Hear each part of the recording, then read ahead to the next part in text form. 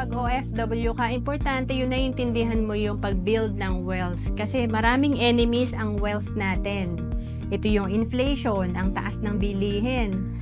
Bad debts, kung may utang ka, ang taas ng interes. And of course, hindi natin maiiwasan yung taxes. Kaya importante, mas malaki dapat ang ating positive or kakampi natin sa pera.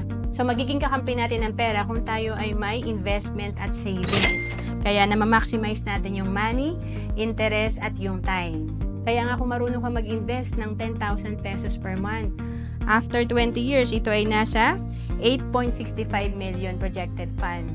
At kung naghahanap ka kung saan ka pwede magsimula mag-invest, pwede ka dito sa Kaiser. Ito ay pwede mong gawin at i-apply online.